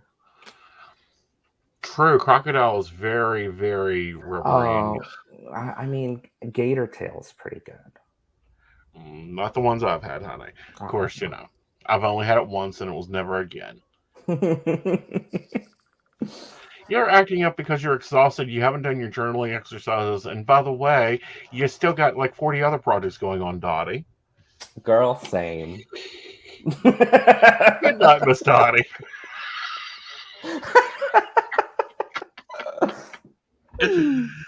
Oh. She said I'm acting up. Yeah. But no, I think overall, looking at your reading style, you're doing two things that I would recommend you not do. Gotcha. One is filtered. Hence why the alcohol helps sometimes. Yes. I promise you, if you just drop the filter, oh, didn't ask for a reading. Honey, you ain't got a reading. You got a to-do list. And a project board. Love you, darling. Project boards. Ooh, those are serious. I have quite a few of those too. She thinks in project boards, which is scary as heck. But no, one, don't filter. You want, and the other part was, you know, my grandmother always said, don't care if they sit down at your table and cry or laugh, as long as they get up when they're done and get everything they need, it's always going to be something great. I like that. That's a good way to put it. I try not to see negative things, but sometimes you're going to see them. You're going to see them. I tell my students when they first start reading tarot, get ready to see deaths, sickness, disease, divorces, cheating, because any new gift. Oh my gosh, I'm really bad when people. So I've had so many people ask me about tests. Tests like school tests, But for some reason, and I think it's just my Cancerian energy, I'm just like, are we talking about a pregnancy test? And it never is. You'd think I'd learn. Yeah. No. But no, when they talk about tests, it's normally studies tests, the bar. Very rarely do I get pregnancy tests. My answer to that is I am not a rabbit. Go talk to a rabbit. Go talk to a rabbit. That's funny. But no, like filtering. It's one like some of the stuff that comes out of my mouth. I'm like, did I really like describe their car problem? Yeah. What do I know about cars? You put gas and oil in them, and you take them to a greasy guy and make him fix them. That's about as far as I go on cars. I mean, and that's one reason too why, Drunken Divinations is for fun, but I'm like, I can't, I don't want to be reliant on substances. And I feel like that's a danger, Yeah. It very much is a danger. Right. And we saw a lot of that in the 70s, and a lot of time, and we don't see a lot of practitioners talk about that time of the 70s when, we're seeing a lot of, marijuana, a lot of CBD being brought back into the practices. And it's like, that's cute. You can do that once you learn how to do that without that. Yeah. Don't make that the basis of it. Right. And then we have a lot of practitioners that are saying that they can do some things that have no clue about it. I about jumped through the phone on someone that called me because they were wanting to know what they thought about going on a retreat with peyote. And I'm like, how long has the person been practicing? Have you even looked them up? Well, no, they said they've been doing it for about 5 years and thought it would be a good spiritual opening for me. And I'm like, oh, it'll be a good spiritual opening, but are you ready? But are you ready? No, you do not go on that. You might find your spirit a little too open. You might find your spirit a little bit all over the place and have to jerk your ass back into your body. Oh, gosh. Yeah. So I don't know. Like, where do you see the craft going? I mean, because you've seen the craft from the original craft to the secondary craft. Where do you see it moving forward to? I hope it doesn't move back into the So part of the craft is always going to be hidden, right, as it should be. But I'm at a point in my life now where some of my high school bullies that would make fun of me for practicing witchcraft are now doing it themselves. And I think that is great. I think it's great that some of us as children, before we had to worry about carrying certain books or wearing certain symbols, and I think that it's great that now that's becoming less of an issue. But I worry that with things becoming too mainstream, that there will be a whitewash effect, and that we'll kind of lose track of what it's supposed to be, and it'll turn into this wiggy-washy Hollywood blown up rigabaloo, and that the real thing will be forced back into the underground, if that makes sense. Oh, it makes total sense. That's probably my only concern. The other aspect of that would be that it will just continue to grow and flourish, and that eventually it'll be the norm again. Right. And I think that both of those paths are interesting to look at. The publicized whitewash version, that's already happened. Oh yeah, Like, I'm and it sorry. continues to. And it continues to. I mean, we see that, but also I question if that's not part of the growth and part of the development. For some things, for it to stay alive, it has to grow and build. Witchcraft and Wicca has always been living religions, so they grow, they build. We no longer kill a goat and make gyro for the covenantal dinner anymore. I love a good gyro. Yeah, because that's just frowned upon, and people start saying that we're having fluffy for dinner, and it's like, no, we're having billy goat gruff, but that's no longer nice. Oh gosh. Or fried chicken, that's no longer socially acceptable. So there are some growth things there that I'm kind of can get behind. You could have fried chicken. You just gotta buy it from like KFC or or please, how do you know those first. priestesses didn't cook half that chicken? They ordered it up. Those neophytes couldn't have fried the chicken that good.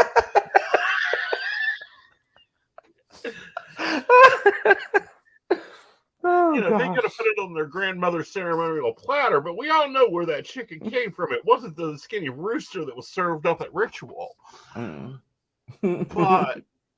at the same time of that, so there's some great exceptions that I'm seeing. I'm really liking that we're seeing more high priests coming out, that it's not all feminine.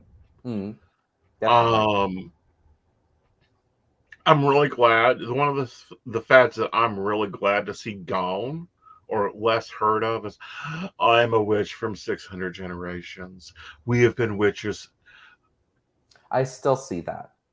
I see it rarer. It's more older practitioners that still do that. And but my it's like, thing give me a break. My thing is, no matter who you are, if you trace your lineage back far enough, there's going to be a practice somewhere. Exactly. Whether they call it magic or not, they're there. Right. But when they go, I am a 7th degree Wiccan priestess, I'm like, damn, y'all guys breeding fast, aren't you? 1952. That's a little fast. I mean, the 70s. You got to count in that burst. No, I'm just kidding. Yeah. But so I'm glad that's gone. I'm glad that that fear of, but the other side of that is I want gone. I want it to be commonplace for like someone to walk up to me and go, so, I've lost my job. The dog and cat moved out, and my wife is planning a divorce. And so I kind of ran my mouth off at Lady Susanna over in Beckley, and I think I pissed her off good enough to curse me. How do I fix that? Like, I want to get to that point of dealing with my bullies. Or so at 3 o'clock in the morning every morning we get woke up. You haven't had the shrunken penis accusation yet? Am I really the only one? No, not yet. Yeah, that happened. Oh, it happened? That happened. Somebody thought I shrunk their penis.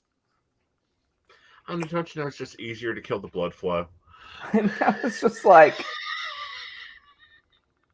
I couldn't do anything but walk away. It was just... Yeah. So, I would like that to be more, because there is a lot of, still within Appalachia and everything else says, oh, they practice witchcraft. You don't want to go and ask them that. Like, come to people that live it, practice it, before you go Googling. Right. Okay, because there's some crap on Google. Oh, yeah. Okay. I would like to see that more commonplace. I think that as practitioners, we really should be studying our herbs and remembering spells that we thought we could put away in the 80s. Yes. But also, I want to see spells that are more, and this is something else. This is another project that's on the list. But spells that are more relevant for today's technology. Right. Like, Cybercraft would be nice. yes.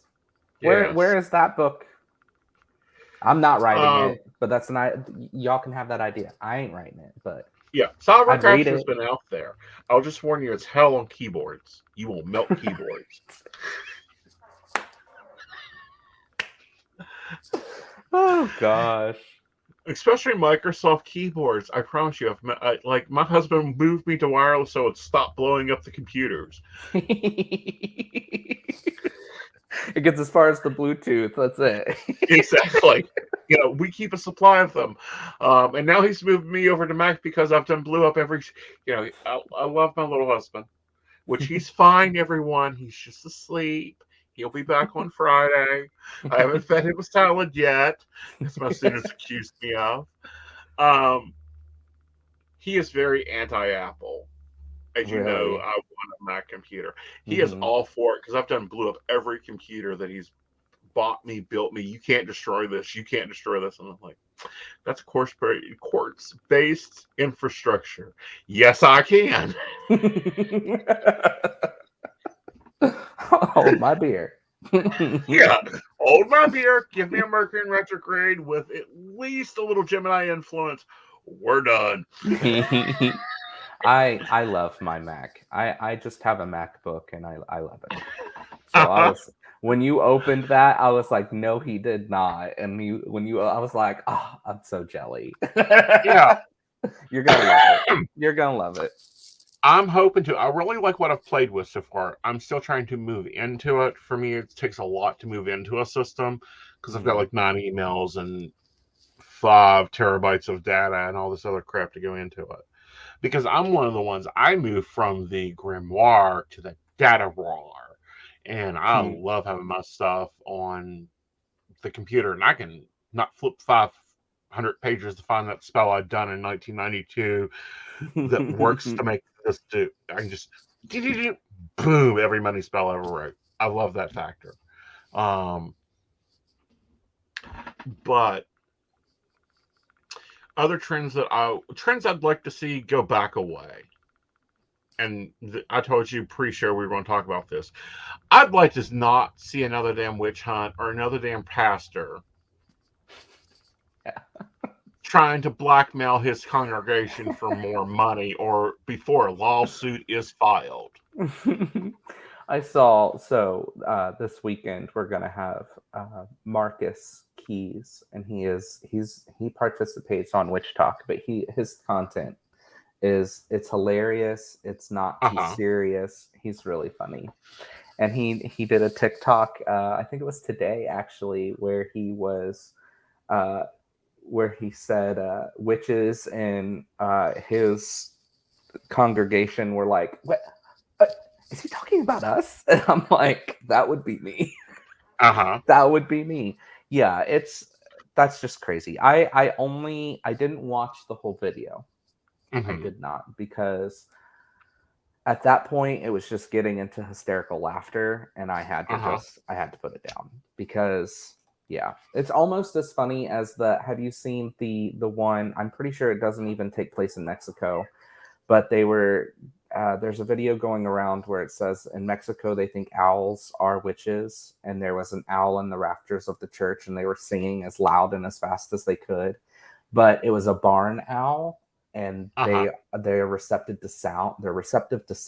So all it was doing was like bobbing its head to the music. I have not seen that. It's great. I highly recommend it. It's really fun to watch. Cool.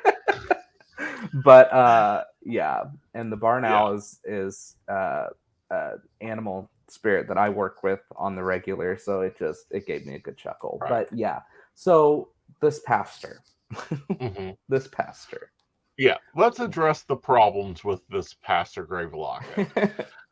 Wow. First of all, don't be picking on women. You want to pick on somebody, come pick on this old bastard. I'll be glad to trade words with you, because, Palms, biggest spell book ever published. Yes, thank you. Okay. And some of those spells are damn nasty. Yes. I was covering the one with my students, and, I didn't. Yes, I know a good bit of the Bible, but at the same time, and yes, I can quote scriptures left, right, and center. But at the same time, I don't photo memorize it. So I go looking up Palm. It's Palms 123. That damn spell's awful. Yeah, I don't have them memorized, but yeah. My thing is too is, I tell people all the time, if you're gonna get mad, if you're gonna force this book down our throats, don't get mad at us when we use it the way we want to use it. Well, here's the So problem: it is how it's meant to be used. Is how we right, use it. pretty much. Have That's the you scary part. You know. Jake Richards wrote a book Uh-huh. Recently. Hold on, my cat opened the door. Yeah, you're sassy. We see you. Jake Richards wrote a really good book, Backwoods Witchcraft, that uses a lot of Bible verses and Psalms in it. But also, I think it's been a minute since I've read it, but I think it's called A Friend or A True Friend. And it's mostly like Dutch Appalachian. Mm-hmm. Long Lost Friend? Long Lost Friend, that's what it is. Yes, it's like on Sacred Text. That is Pennsylvania Dutch magic. And it's I been have a hot another. minute since I've read that one, but yes, Yes, it's full of them too. it's full of them too. And I'm sorry, some of the old magic that you learn and you find go straight for the Bible. Mm-hmm. Especially like when you're trying, and this is one of my favorite ones, is Acts. The book of Acts is a total spell book. It's a total book of, here I am, this is what I'm going to do, and I have the authority here, thank you very much, because it gives me these rights. But looking at him, he's just looking to trigger donations. He's just trying to create separatism in his church. He's trying to get everybody to follow him. And what's scary to me is the reactions of his audience. Yes. Okay? Yes. That can be very dangerous. Mm-hmm. But, his church isn't the only one doing that stuff. Mm-mm. There's churches in Southern Ohio just within the past 2 years that were doing movements onto Serpent Mound in Ohio to pray the evil away, pray the witchcraft away on Serpent Mound during winter solstice. And it's like, okay, you have a right to practice your practice, but why choose the solstice in which you know that there's going to be, because you want to ruffle tail, like you're trying to start an issue, you're trying to cause a problem. You're trying to get donations. I mean, I'll call it point blank. A lot of these stunts are trying to get donations, trying to get support for their cause. And I'll be bitchy. There are some beautiful churches in West Virginia that would make lovely houses because I'd say in 10 years they're going to be on the real estate market. I'd love to live in a church. Oh, I think it'd be amazing to take the church and change it into a full functioning house. Yes. Because God's real estate is getting really expensive. And his donation plates are getting really bare. Yes. And his preachers are having to pull up sermons from the 1600s to try to get money to keep up their $1 million lifestyles while their first wife is living in a woman's shelter with their 4 children.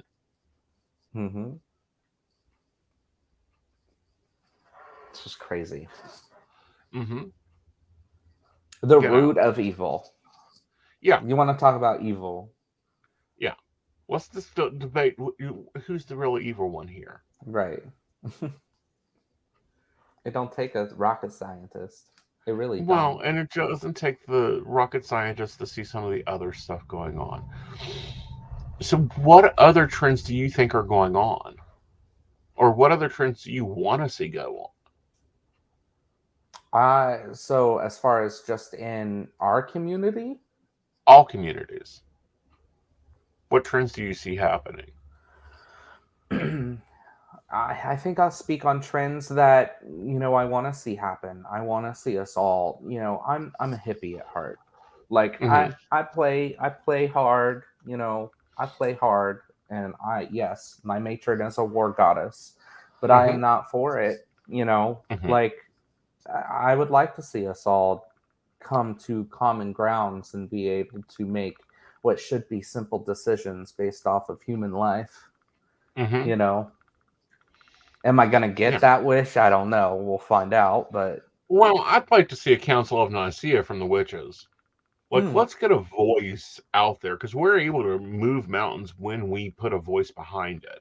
Mm-hmm. 1974, that was a very loud voice from the community. Hmm. Honoring our soldiers, another very loud voice through our community. Yes. Yeah.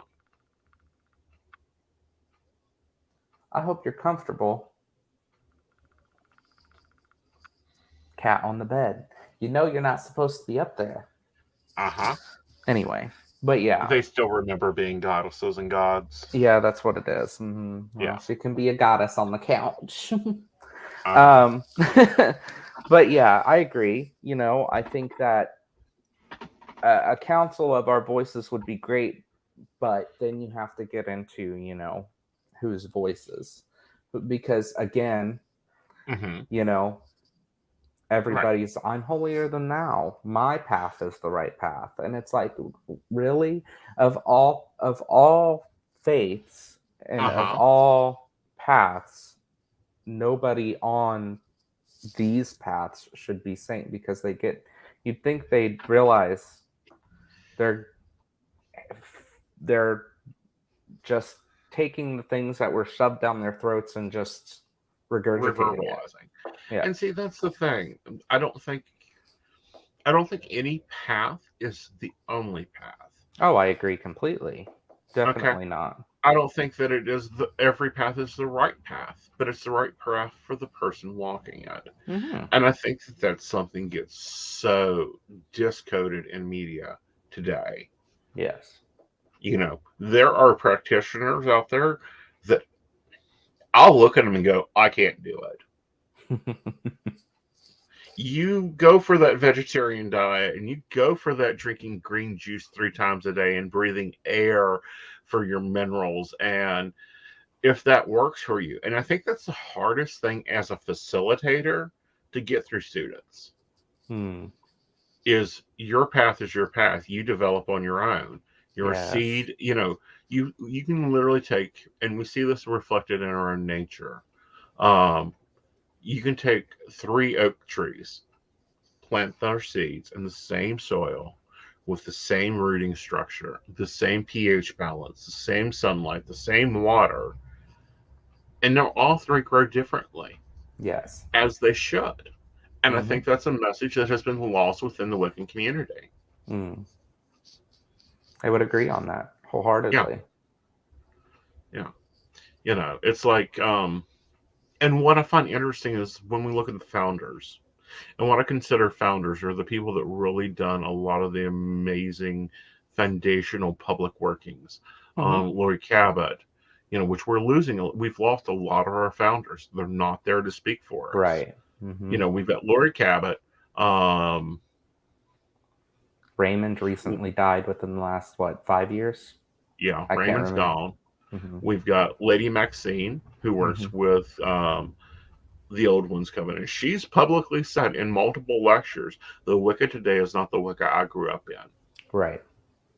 It is not the Wicca I practiced, but it is the Wicca needed now. Mm. And I think that's a very what? Mm-hmm. It's a very eye-opening. Yeah. Mm-hmm. Very eye-opening experience to hear that. But when we look at, who's replacing them? Who's talking? Who's got the mega box now? There's not a lot out there. Mm. And I think Well, I think it's not so much. I would say that it's not that there's not a lot out there. I would say that there's just so many voices now mm-hmm. that it becomes harder to figure out who's doing more. Mm-hmm. in like really doing more, Right. you know, Right. because But you've got people out there screaming at the top of their lungs on YouTube and posting 6 different, you know, Wicca 101 or how to be a witch videos over and over and over. But are they necessarily coming up with anything new? No. right. You know? No. Or coming up with foundation. And that's Mm-hmm. something I think is highly important, is foundation of like, here's how I do it. You may, you may have one blade, you may have 2 blades, you may have a blade for this and a blade for that. But making that quick judgment of, oh, you must be my clone, terrible. Terrible behavior. We see what it has done with the majority of religions. Let's not copy it. Right. But no, I would love to see a real Council of Nicaea, which is sitting down and going, okay, what is book? Meaning these are foundational pieces. What is personal practice? What is, well, this picked up in 92. This started in 2000. Well, this picked up in 92. I like that. This, the word karma was entered in 1973 when we had this large influence from Llewellyn buying Indian media because it was cheaper. So it became a flavor within the community. And seeing those strands.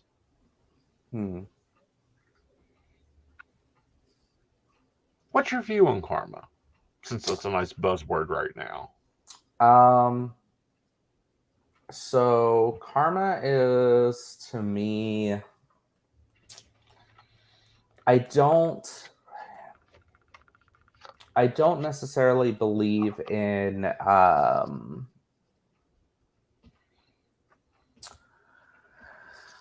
so for me, karma is less of an outside force and more of like an internal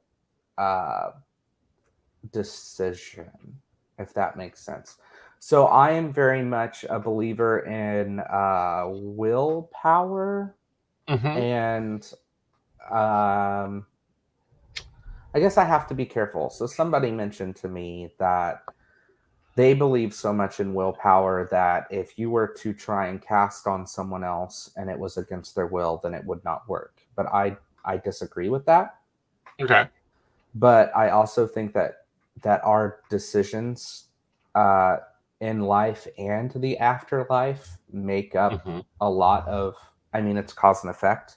I think that is a natural law that is apparent in life and will be apparent after death. So I would say that karma is what we make it. Do I believe in like an afterlife karmic justice like hell for those of us who put enough energy into that? Yes, I believe that will happen. For those of us who will believe that what we send out will come back to us at some certain point within however many numbers of however many times you want it to come back, if you put enough energy into that, yes, I believe that will happen. See, I think those are 2 different principles. Well, yeah, definitely. But I think that whatever you put your energy into is what's going to, and you have a choice. I believe you have a choice of what you put, what thing you feed, if that makes sense. For me, in my view of karma is what you create it as. If you've got that little in-seed of guilt, that little in-seed of, oh, I done something bad. So you're already telling the universe, I need a whipping. I need a whipping. Yeah. Universe going to hand you a whipping. Exactly. Oh God, if there is and I tell people this in magic, if there's a hint of doubt, don't do it. Because there's already that shadow there. Yep. But as far as deity or the universe walking around handing out karma cookies, there isn't karma one. Points, we used to say in high school, karma points. Yes. That's my good karma for the day. Yeah. Yeah. Right. And it's kind of like the Morrigan. In my theory, everyone listens to the version of the Morrigan that is the war goddess. Mm. Yeah, that's one of her facets. Oh yeah, definitely. And there's more, but there's a lot Yeah. more. Yeah, But yeah. she's much more over sovereignty and who has rights over things. Mm-hmm. And she's the enchantress. Mm-hmm. Like, she is also the queen of the fae, and I'm like, you got to get to know Mama before Mama will show you all her facets. Mm-hmm. Mm-hmm. Yes. Yeah. Yep. But yeah, I would agree. I think you explained it better. It's like if you put out that energy that you deserve to be punished, then you'll be punished. The universe is going to say, "Here you go. This is what you asked for." Right. And that's like, there isn't one of those, like, also, you set your own morals in Wicca. There are people that won't touch a love spell worth nothing. I won't touch one for pay. I won't. Sorry, not my job. There are other people like, $5,000, please, and I will deliver him on a silver plate. You've got good faith in yourself, and I'm not writing you that check. That's cute.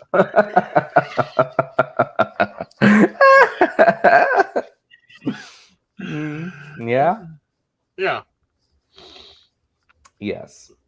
So, what do you think of your industry right now? My industry? Where do you see, like, YouTube, TikTok changing, building? What about the meta? Oh, meta. You like shudder. Uh-huh. I wish I could predict it, but I don't think. I'm waiting and secretly hoping for TikTok to die. I am. Well, it's the hot child right now. We've seen this. It's one of those, if you study history long enough, it's like, oh, we've seen TikTok. TikTok was cute as Musical.ly. TikTok was cute as Snapchat. TikTok was cute as this. It's like Facebook. It's MySpace. It's getting a little silver. Of course, he's going to try to kill it. Personally, in 10 years, I think we'll be doing live streams in hologram. I think I'll be able to do a live stream hologram. I'm looking forward to it. I said 10 years ago in an interview, one of these days I'll just be able to be a hologram and I can just port into your world. That'll be easier when I'm like, yeah, he's a douchebag. Look at him. He even left his dirty socks there. I mean, Yeah, I could see that. I don't know. I think that video will take quite a long time to die out. I hope that YouTube remains a thing. I'm surprised that YouTube has lived as long as it has, but I'm also glad that it has lived as long as it has. So I don't really see. I don't know. It's hard for me to think. I don't normally think about what would I do otherwise because, I mean, I don't know. Yeah. It's like people always ask me, what's your backup plan when this fails? I don't know. Hasn't Figure it out yet. when it does. Yeah. My Can I retire? I'm very much a can I retire? That's a good one. My thing is I'm not a planner. I'm really not. I'm a water sun sign. I'm very watery. I'm go with the flow. I adapt, So if something were to happen, if I felt it was important enough for me to keep something going, I would find a way to do it, I guess. Very cool. But I don't see YouTube at least going anywhere for quite some time, especially since they've teamed up. Yeah, since they've become so close with Google and I don't see it going anywhere.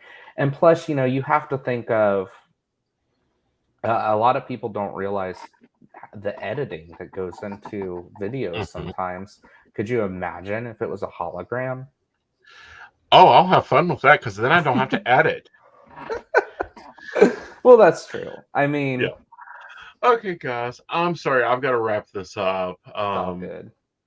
So how do they find you? How do they find Drunken Divinations? And how do they find your store? So the easiest way to find me is to just do a search on YouTube for BlueNightt, blue like the color, night like nighttime, but with an extra T. You should be able to find me pretty easily on YouTube. All of my links are on the YouTubes. You could go to cunningowlcreations.com.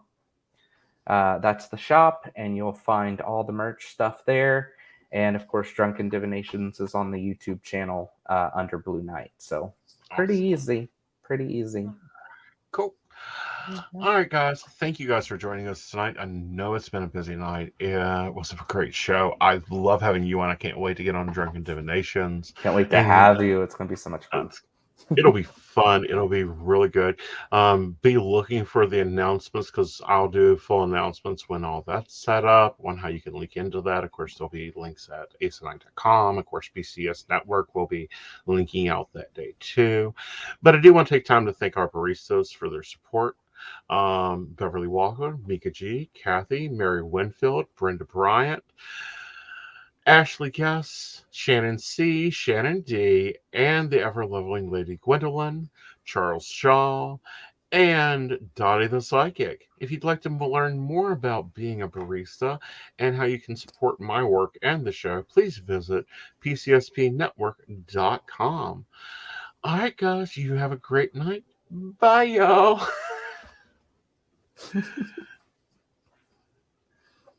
We have a new outro. Where's the new outro? Oh.